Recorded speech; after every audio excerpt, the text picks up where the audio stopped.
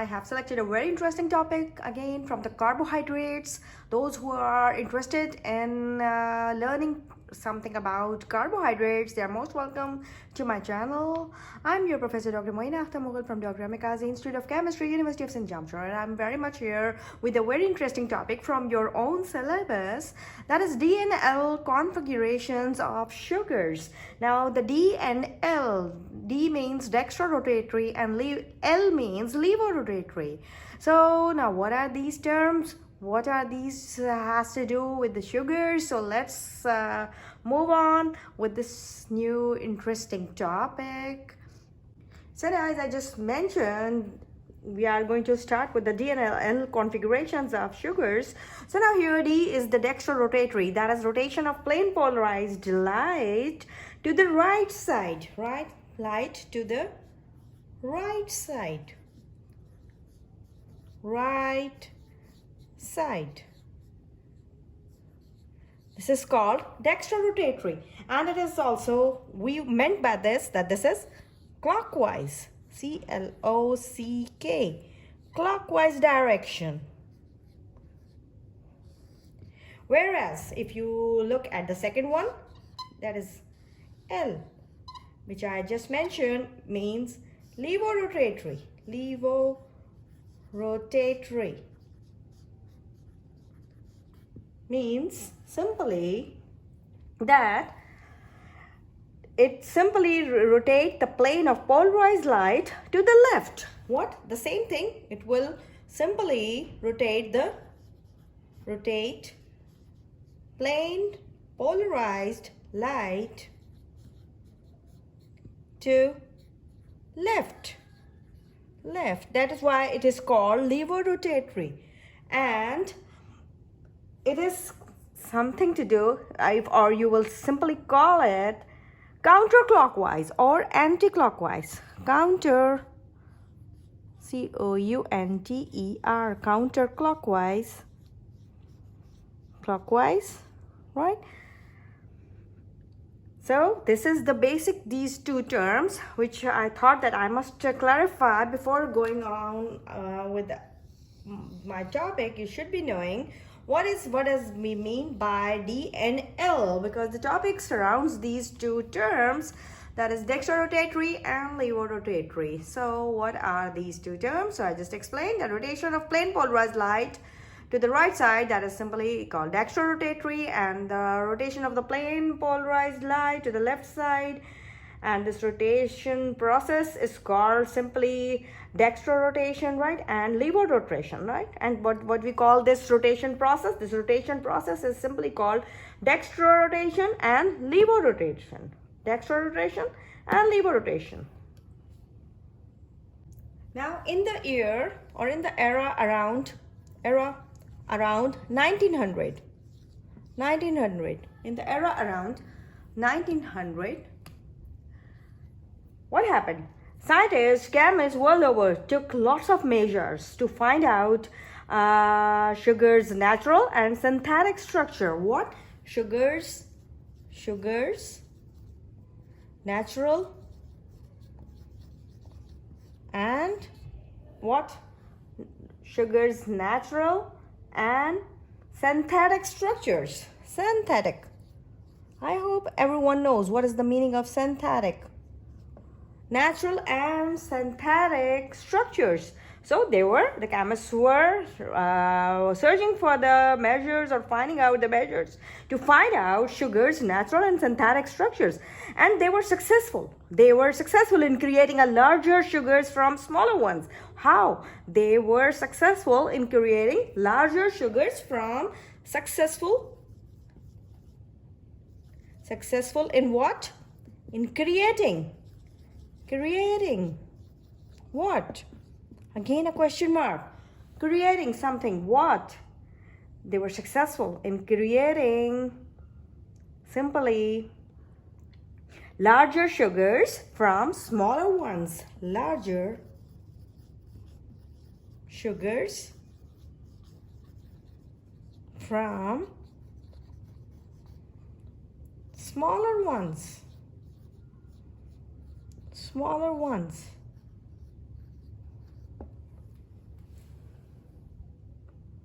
This was very simple. It was simple as a lot of research was being done on it. It was simple as simply add up a carbon to simple in what sense? That is, add up a carbon atom, like for example carbon atom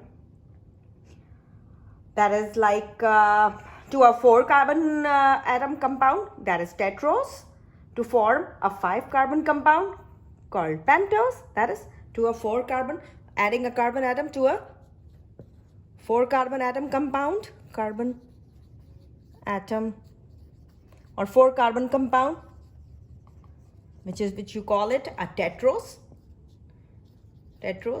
And what you are going to get when you add a carbon to this, you will get a pentose.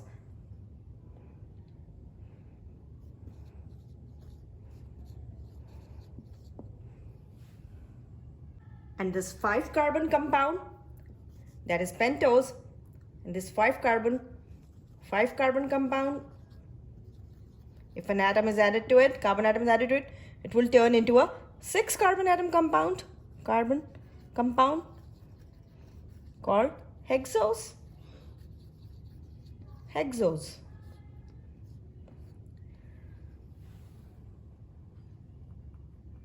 Whereas if this was reversed, if you reverse the process, if you reverse the process, what do you call that process? If you reverse it, if by subtracting a carbon atom at a time, the process becomes degradation, right? What happens? By subtracting or minusing a carbon atom at a time, this process, it becomes degradation.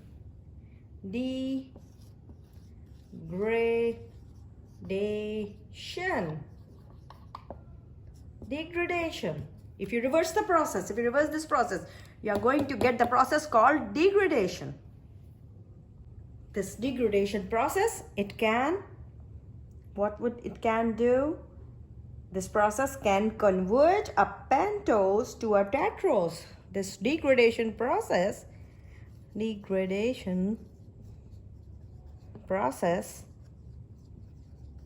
can convert what? Simply, can convert what I told you, a pentose to a tetrose. A pentose, that is a 5 carbon compound, to what? A tetrose. This is degradation. And of course, what will happen to this? And pentose to a tetrose, and hexose, right? And hexose to a pentose, and hexose to a pentose, and so on. That's the degradation process. Except for one and only which compound? Aldotriose. Aldotriose.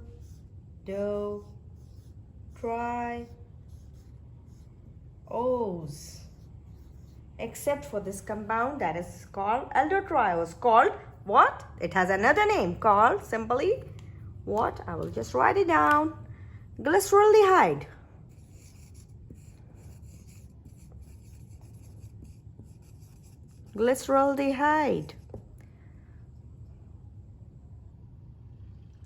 Now, if degradation of glyceraldehyde was done, if you degrade this compound, if degradation is done with this compound, they will get the dextrorotatory plus enantiomer of glyceraldehyde, right? So they will get a dextrorotatory enantiomer of glyceraldehyde, right? If they are going to simply degrade glyceraldehyde, what they are going to form, they will get a dextrorotatory plus enantiomer. Dextrorotatory, that means plus enantiomer of glyceraldehyde. And only few synthetic sugars were degraded to form a levorotatory minus enantiomer of glyceraldehyde, right? Only few, because this is a naturally occurring sugar. This naturally occurring sugar, glyceraldehyde, naturally occurring sugar. So if this would be degraded, what they are going to get, of course, the dextrorotatory enantiomer of glyceraldehyde. Whereas if simply only few synthetic sugars, only now few synthetic sugars. Now if only few synthetic sugars were simply degraded, what they are going to get, they would simply get they are going to get to form a levorotatory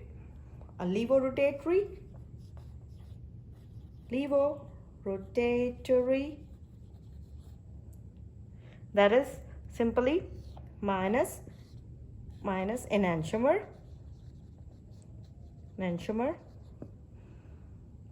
of glyceraldehyde. This is so interesting that both the cases you can simply see here that if simply if you simply degrade degradation of glyceraldehyde, that is a naturally occurring sugars, you are going to get a dextrorotatory, that is a plus enantiomer of the glyceraldehyde, as you have seen here. And only if you are going to get the synthetic sugars, if they were degraded, you are going to get a levorotatory negative enantiomer of glyceraldehyde. Now I will show you the dashed, that is the dashed and the wedge structure of that is the 3D structures of glyceraldehyde molecule, that is plus glyceraldehyde, and which we also call it D series, and negative glyceraldehyde or minus glyceraldehyde, which we call it L series. D and L, as today the topic is D and L sugars. So I will show you the structures now. I will draw the structure. So now these are the two 3D structures of plus glyceraldehyde, that is the D series here, and the minus glyceraldehyde, that is the L series. The D stands for dextrorotatory and L stands for levorotatory. L and D refers to the absolute configuration of a molecule, that is R and S. They also refers to what? They also refers to R and S. And they refers to simply absolute configuration of the molecule, that is R and S. So now here you can see here this carbon, this is the most oxidized carbon at the top of this aldehyde group. This is the most oxidized carbon and of this aldehyde group at the top, and this is an aldose. It's an aldose, ALDOSE, aldose, right? So the chemists those days then used Fischer-Rosenoff's convention that refers to D, okay, D, and it simply to name the sugars that degrade to plus glyceraldehyde, and L for ones that simply degrade to negative, that is minus glyceraldehyde. It helped in getting to know or different or a different way to write the D sugars, that is naturally occurring sugars, D sugars, that is naturally occurring sugars, from the synthetic ones to it simply, you know, it simply helped them to to getting to know or differentiate the D sugars, that is naturally occurring sugars, from the synthetic ones, that is L enantiomers, that is L sugars. So now here in the figure we will simply see, I'm going to draw the figures in which you are going to see the degradation process of converting or degrading Fischer projections by removing the aldehyde carbon atom, resulting into the bottom asymmetric carbon atom of the D sugars. And you will come to see now what's happening. So this Fischer-Rosenoff convention, it simply refers to the D simply D to name that is dextrorotatory to name the sugars that degrade to plus glyceraldehyde, and L for the ones that degrade to negative, that is glyceraldehyde, that is negative glyceraldehyde, and help to differentiate the D sugars that are naturally occurring from the synthetic ones, that is the L enantiomers. It just helps them to differentiate between the two different types of these two types of sugars, that is D and L forms. So now I'm going to show you some figures which will help you out in understanding the simply converting or degrading in Fischer projections formulas by removing the aldehyde carbon atom, resulting into the bottom asymmetric carbon of D sugars, right? And it's what happens, and its OH group is always on the right side in Fischer projections, and L series have OH group attached to the bottom of the asymmetric carbon, but always on the left side. Let's see. Now here you are going to see the degradation process. I'm going to make it for you people. It's a aldehyde group at the top with the carbon atom, the most oxidized one, and then the OH, H. They have the alternate H and OH groups. Then again H, and then the OH group here. Then again it has a carbon, it has a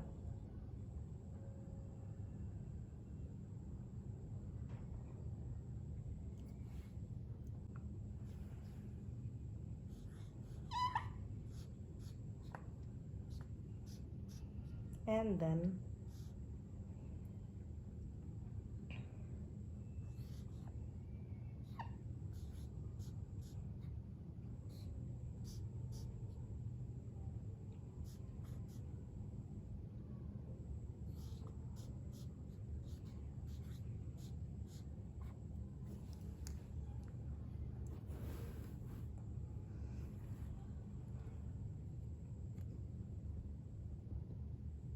here you can see this is simply D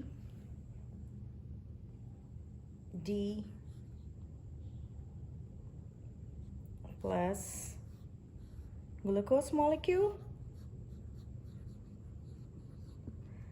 D plus glucose molecule. Now we are going to degrade this molecule and see what we are going to get after its degradation. Degrade.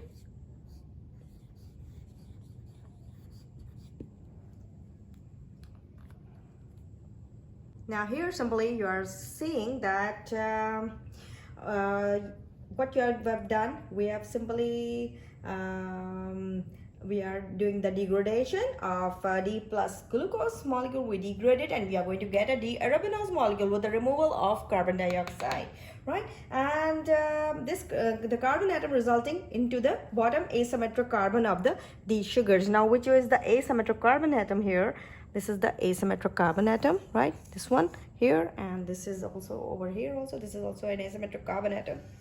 I hope everyone knows what is an asymmetric carbon atom. So this simply, what is happening this is the Fischer projection, and by simply what is happening, removing the aldehydic carbon atom resulting into the bottom asymmetric carbon atom for D sugars, and its OH group is always on the right side, right?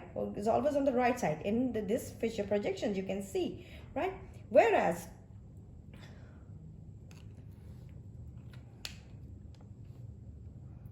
in the arabinols, right? In the arabinols, you can find out simply it degrades to form a smaller sugar. It is converted into a smaller sugar.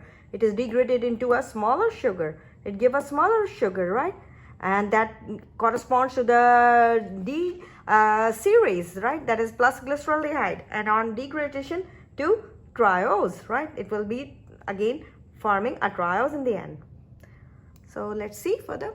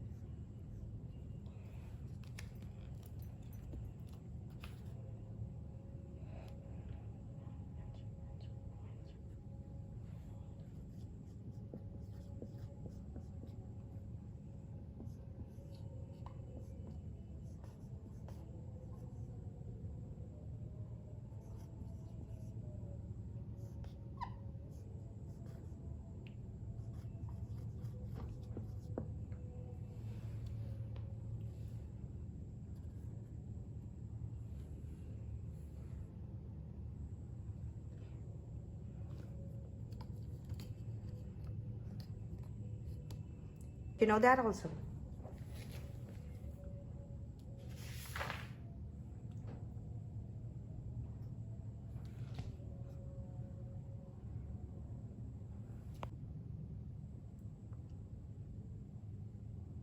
So now here we have seen the two figures here, the D trios and the L trios, and we can see that the D form has the OH group on the right side and L form has the OH group on the left side. That's why it's called L, and that's why it's called D.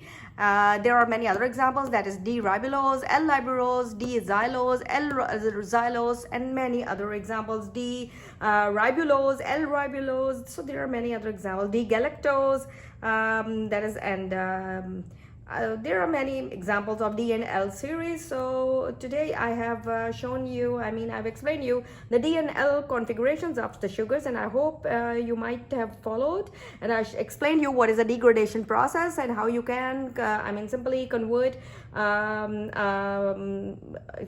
larger atom to a smaller one, that is a pentose to a hexose, right, and a tetrose to a pentose. And I explained you then what with the example of the glyceraldehyde molecule, that is a naturally occurring sugars, and the synthetic sugars also, and what was the difference and what was the relation between them. And I explained you what is Fischer-Rosenoff convention, which was used to designate the sugars simply that would be degraded to form the plus and minus glyceraldehyde forms, right? And so this was all about today's video. I hope you like it and you will relate it to your notes which have been provided to you by your teacher, and this would be a little bit helpful for all the students who are learning carbohydrates, and I hope it will work out for you with this in the same way it worked out for my other students. So thank you very much. Let's meet again with something new and something more interesting and absorbing. So thank you very much.